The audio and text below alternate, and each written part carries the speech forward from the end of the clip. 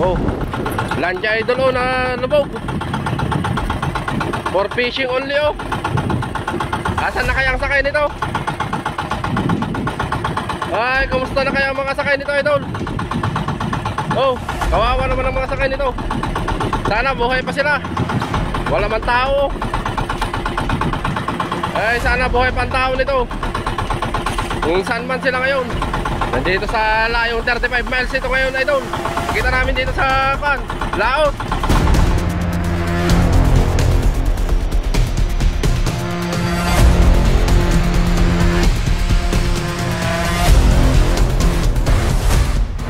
Malaking vessel ito.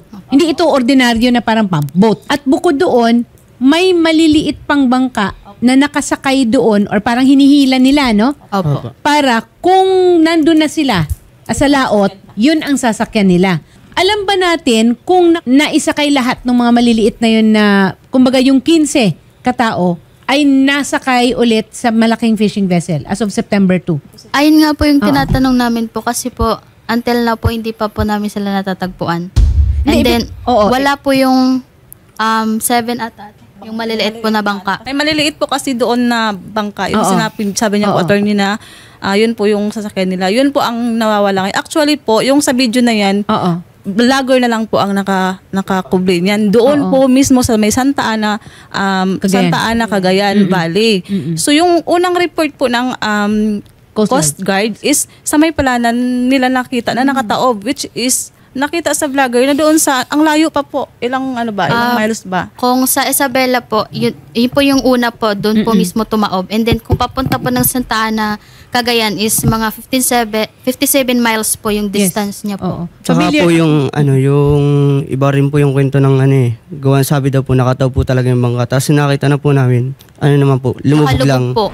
Sir, ano po ang report ng investigation ninyo? Fishing vessel na FB CA Zishan. Ito po ay nireport po sa amin nung may-ari po noong September 3 po. Nireport po ni Mrs. Noreen Sonel, the owner of Fishing Bangka. Na nire-report po niya na yung kanyang fishing bangka station na may lulan na 15 crew po ay nawawala po. And nagkaroon po siya ng communication, ng huling communication po nila ay alas 12 ng September 2. By 0200 po, nag-try po ulit sila mag-radio challenge. However, hindi na po na makontak yung ating subject fishing bangka station. And as reported, ito ay northeast ng 12 nautical miles northeast ng Caloocan Island, Barangay Caloocan, Bordeos. And supported naman po ito noong nakasabay po niya na kapitan ng fishing bangka ISJ. Yun po yung huling reported po sa amin.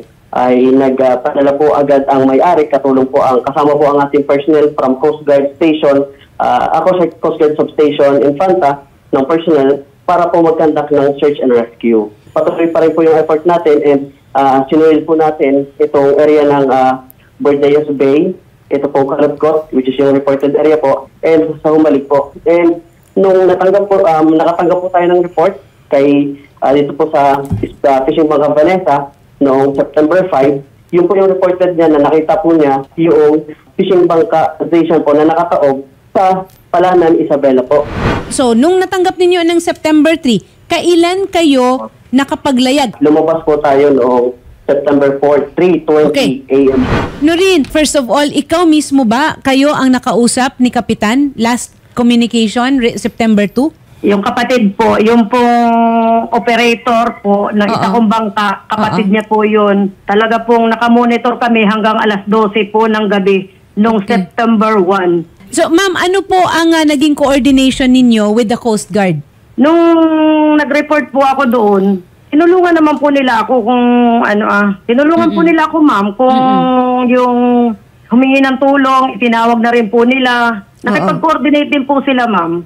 Okay. Pero mukhang kulang na kulang ang resources ng ating Coast Guard. Mahirap rin kasing hingan sila ng aksyon kung wala rin naman silang gamit o yung dapat lang, 'di ba? Kaya ang ginamit pa nga is yung ship ninyo. Tama ba ako, Noreen? Yung dalawa pong bangka ko, ma'am, ang kaagad ng September 3 ng madaling araw po, alas 3 ng madaling araw, kaagad ko pong pinahanap agad yung mga mangingisda at saka yung SBC Season po. Oo. At ano naman po ang naging resulta nito? Sa ilang araw pong paghahanap, talaga pong wala pang natatagpuan. Nun pong nahanap sino po ang nakatanggap ng information na may yung lumubog ninyo na FB dyan ay nandoon na sa Santa Ana, Cagayan? Una po, ma'am, nakita niyan ay yung bangkang Vanessa May, yun po ay taga rito, ma'am. Taga sa inyo? Din po mismo sa amin. Okay, pero hindi sila dahil naghahanap. Nandun lang talaga sila. Nadaanan po nila, ma'am, yun dahil palaot po sila. Okay. Kanino nila ni-report yun? Kami po, ma'am, mula po nung nawala yung aming bangka, naka-standby po kami lagi sa radyo, nakamonitor po kami. Kaya nung itinawag po na mayroon pong bangka silang nakita, ay pinakonfirm po agad namin. Itinawag ko rin po kaagad sa Coast Guard yun, ma'am. Ako po, wala pong pagkukulang. Lagi po kaming monitor ng mga Coast Guard po. Ensign Naphtali Rofuli, ito ba ay napuntahan ninyo agad yung first sighting sa Palanan? Ito po ay coordinated po with Coast Guard Station Isabela. Under niya po yung Coast Guard Substation Palanan na agad naman po itong in-report. Kaya po agad na nagkanta po doon sa area, doon gumanda po ang panahon, ay nakapagpalipad po tayo ng Coast Guard Aviation First Phone Helicopter po. Anod pa ito hanggang Santa Ana, Cagayan? Yes, ma'am. Considering po yung weather and sea condition po natin sa area. Ngayon, nasaan na yon? Ngayon, ma'am, nakatabi na po yung bangka dito sa San Vicente Port po, Santa Ana, Cagayan po. And ongoing po yung ating underwater inspection kung ano po yung mga natamo na tira niya. Naiahon na sa dagat? Hindi po po. Tinabilang po sa mababaw na dagat. Nakatabi lang? Oo, pero kaya naman na inspeksyonin? Yes po. Katulong po natin yung mga Special Operation Unit natin ng Northeastern Luzon and MEP po natin, yung MEP Marine Environment Protection Unit po natin na nagkanta po ng diving po dun sa area. So ano ang next step nito, Sir Rofuli? Continuous pa rin po tayo doon po sa mga possible na area na pwedeng mapuntahan o yung mapagkitaan po ng mga fisherman po natin. And ongoing naman po yung Coastal Security Patrol natin and in coordination po natin sa province of Isabela, Cagayan, sa mga Coast Guard Station po natin and local government units po. Nagtataka po kami din gawa nung nag-update po sila na nakita na po yung bangka. Humihingi po kami ng video or picture. Hindi Ang po sagot nila po sa amin, wala daw pong signal. Sabi naman po, hindi naman po namin nadlang yung signal eh. Camera naman po gagamitin dyan eh. Tsaka yung wala po silang patunay na... Yung una sinabi nakataob daw po yung bangka. Tapos nakita naman po, nakalubog lang. Malaking po yung katanungan sa amin yun eh. Kasi kung doon pa lang po parang di na namin alam kung naghahanap or gumagawa na lang ng kwento. Kasi sa gilid lang naman po sila pinakita yung Yung aerial search. Kasi may karapatan din po kami magtanong gawa ng pamilya din po namin na wala doon eh. Kinakausap po namin yung pamilya po dito sa may Dinoycan and owner po, operator po dito sa nag-update po kami na time to time po kung ano po yung update. Wala rin po kami natatanggap na ganong update sa amin eh. Sabi daw din po dun sa may GC pinakita po sa kanilang video. sasagutin daw po lahat ng concern. Wala naman. Hindi sila sumasagot doon sa GC. So, number 1, meron tayong na-establish na group chat. Meron po. Sino ang lead dito sa group chat? Ikaw ba yon? For example, ma'am, ito po ay initiated po noong operator and owner po. Ayan na nga ba sinasabi ko. Yung operator pa, si Norin pa ang nag-initiate nito. Yes po. Sir, gusto ko po sana na maipaliwanag po ninyo sa mga kaanak po ng mga nawawala nating fishermen. Ano po ba ang protocol pagka ganito? Based po dun sa protocol natin, first 3 days po, search and rescue operation po ang tawag natin dyan. Yes. Sa succeeding days na po, after 3 days, search and retrieval na po yung we follow, no? Yes. Especially po kapag may mga ganitong maritime incident, missing fishermen and other nature of concern, the same po sa mga nawawala at sa mga pinakandakan po natin ng rescue operation. Ma'am, nakita ko po yung track, yung pong yung activity po na ginawa ng lahat po ng mga mga rescuers natin aside po sa Coast Guard. In actual fairness naman po dito sa ating Coast Guard Quezon, they actually initiated hindi lang po doon sa effort nila on the ground, but as well as coordinating with other agencies po. Hindi ko lang po sure kung na-inform po ni Ensign Napuli yung ating mga kapamilya nitong mga fisher folks po natin regarding po doon sa extra effort na ginawa natin para po agaran at ayun po yung ma-expend po yung activity. So nag-augment po yung ating mga taga-Air Force, so nagpalipad po din ng chopper sometime in September 6 or 7, if I'm not being mistaken.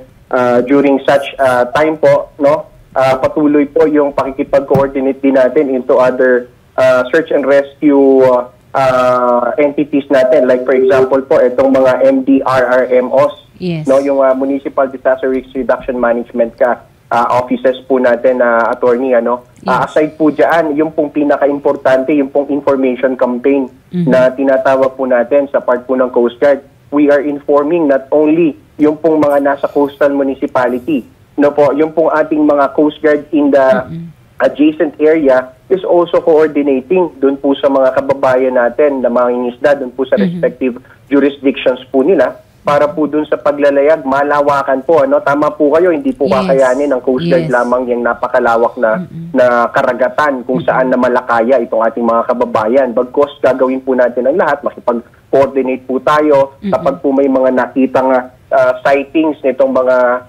pong ating mga pong subjected na motor bangka, agad-agad naman po na nire-report. As to with naman po kung nakasubmerge, nakataob po yung motor vessel, we will clear po dito kung may mga documentary or documentation po na nagawa yung pong mga nakakita nitong vessel para at least po, tama po kayo, attorney, no, ma-at least yung ating mga kamag-anak. Sir, tanong ko lang, kailan ba natin nasasabi sa mga barko na nasa laot na bumalik na kayo kasi may bagyo? Napakahalaga po ng patuloy na pakikipag-communicate ng mga kababayan nating nasa karagatan. Ganun din po sa may-ari nung motor bangka kasi po sila po yung nasa kalupaan. Ngayon, dito po sa inisyu na weather bulletin, August, if I'm not being mistaken, August 18 po umalis yung ating mga fisher folks. Yes. No? So wala pa pong wala pang weather, weather disturbance, wala pa. So weather disturbance, wala pa po yan, attorney. So tuloy-tuloy po yung pamamalakayan nila. Mahalaga po na nakikipag-ugnayan yung ating mga kababayan na namalakaya dun po sa may-ari. Malaki pong bagay yun. At ganun din po sa Coast Guard. Patuloy din naman po yung monitoring at tracking po dapat natin dyan, no? Ngunit dapat po yung it is a responsibility po kasi ng owner. Yes. Yung po kanyang pagmamay-ari, which is the bangka, and of course, yung crew nun, para at least po agaran kapag po meron pong biglaang pagsama or inclement weather, makabalik po agad. Makabalik po, or hindi man makabalik, maka-take shelter man lang po. Dun sa pinakamalapit kung saan. Kasi nakita ko po dun sa report, mga nasa 20 nautical miles na distance. Yes, medyo malayo. Merong mga 35, 38 nautical miles. So roughly, that's 60 to 40 to 60 kilometers po yung layo niya. No? So kung mai-inform po agad sila sa sitwasyon, sa kondisyon, sa papalapit or impending na inclement weather, unfavorable weather condition, makakabalik at makaka-take shelter po agad. So isa po yun sa mahalagang impormasyon at pakikipag-ugnayan, no, na dapat po ay na-maintain at nai-inform din po ng ating mga kasamahan o yung mga owner po nitong mga motor bangka. Gaano kaltagal, ilang oras kaya for a fishing vessel like FBC Asia Shan na makabalik to land kung they're about 60 nautical miles? So kung kanyang motor bangka ay bumibilis or tumatakbo ng mga 10 nautical miles, ano po? So that is mga 6 hours, 6 hours. po yung i-traverse. Opo. Yun po yung initial computation po natin. So, but depende, again ma'am, that is the, kumbaga, yes. Opo, I understand. Actual initial estimate lang po natin yun. Pero depende pa rin po yan, attorney, dun po sa actual na specification nung makina, nung bangka. At the same time, syempre, attorney, depende rin po sa bigat, may mga depende rin po sa alon. So, there are some contributing factors that affects po yung bilis ng biyahe nitong motor bangka.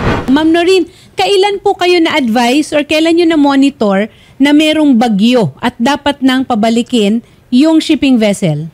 Ma'am Noreen? Araw-araw po sila ay meron po sa kanilang nag-weather update at gawa ng meron naman po silang mga radyo na may nag-weather po talaga sa kanila. Kanino po galing yun? Sarili ba nila yun na pagmamonitor or merong Coast Guard bulletin? Meron pong Coast Guard na nagwe-weather po sa kanila. Kailan po yung bulletin na bumalik na kayo? Yung advice na, eto na ang bagyo. Ang pagkakaalam ko po kasi ma'am, 2 pa ng hapon tatama ang bagyo. Kaya po 1 po sila bumaba. Kaso nga po, bigla po daw nagbago ang direksyon ng bagyo. At saka po may kasabay naman po siya, hindi lang naman po siya. 2 po silang bangka ma'am. At nakabalik yung lahat, except... Nakabalik po yung lahat. Tsaka ma'am, ano daw po, nag-radyo na sila na siraan daw po sila. Nasiraan. So, meron pang wala man lang ganon. silang responde na, ito, sunduin nyo na. Kung ano ba, para makauwi din ng maayos. Kanino sila nagradyo na nasira? Sa may-ari ng bangka. Nung pong sila po ay pababa na nung 1. Kasi ang lahat po ng bangka, ma'am, sabay-sabay po halos nagpababa ng 1. Kasi 1 po sila bumaba. Okay. Nung pong nasa 50 milyahe po ang FDC Station, nakatawag pa po na sila daw po ay namatayan ng makina. Okay. Tapos ang ginawa po ng asawa ko, nag-monitor po kami, ma'am. Tinuruan po niya kung paano kung anong gagawin. Di-monitor po niya, ma'am. Ang nangyari po, nagkadumi lang po pala yung hose nila. Nagkadumi lang po yung hose ng... So, umandar ulit. Opo, umandar na po uli sila, ma'am. Anong huling sabi sa radyo ni Kapitan? Yun nga po, wala po, okay naman po, ma'am, daw siya nung alas 12 ng gabi. Tapos nung alauna po, kasi po halos magkalapitan lang po sila nung SDCA Iris. Nung minomonitor po ng Iris ng alauna, hindi na po talaga nasagot. Alauna, alas 2 hanggang hindi na po nasagot. Inisip lang po namin, baka po naglobat ang battery. Sir, ano na po ang next step? We are already on day 7. So we are done with the search and rescue of 3 days. Ito po ma'am yung patuloy na effort na ginagawa at gagawin pa rin po ng Coast Guard natin. Defying the doctrines, ang mahalaga po ay ma-inform po namin yung mga kamag-anak nito pong mga nawala nating mga maying isda. Pwede po ba na sa tanggapan ninyo mismo na dadalhin namin yung mga kaanak ng itong 15 po na nawawala pa? Para siguro mas makapagpahayag sila ng kanilang mga katanungan. Ma'am, with that regard, tamang-tama po, may group chat naman po na na-create na dito po sa ating sitwasyon at dito po sa ating insidente. Nandun din po ako, ma'am, papakatutukan ko rin po yan mismo. I will also personally coordinate po dun sa district commander po nitong nasasakupan ng Infanta Quezon or dito po sa substation natin, station. At the same time, dito po sa station commander din. So patuloy po kaming makikipag-coordinate. Kami na po dito sa headquarters ang tututok dyan. Yung pong mga kamag-anak po ng ating fisher folks is welcome to visit. Ito pong ating substation and station dito po sa areas kung saan nasatako po yung pong pag-alis nitong fishing bangkang ito, ma'am. Sana po mahanap na yung 15 nawawala. Gawa ng nahihirapan na rin po kami kada laging may nag-chat sa amin, nagsisend ng picture. Hindi na rin makakilala yung mukha. Minsan napapaisip na rin kami, nawawala na rin kami ng pag-asa. Minsan yung update, doon na lang kami umaasa na buhay pa yung pamilya namin. I think kailangan inclusive, no? Kaya yun po inaabot namin lagi update. Idadagdag ko lang din po yung mga vlogger na mga ng mga fake news kasi hindi po yun nakakatulong eh. Hindi nakakatulong talaga. Kasi hindi naman po nila nararamdaman yung nararamdaman namin kasi hindi nila nararanasan. Starting today, tayo po ay makikipag-coordinate na lang at makikinig na lang po sa update po ni Commander Michael John Encina, and papasamahan po namin kayo as soon as possible para po magkaroon kayo ng pag-uusap as to kung paano po tayo magpapatuloy dito sa paghahanap po ng ating mga missing fishermen.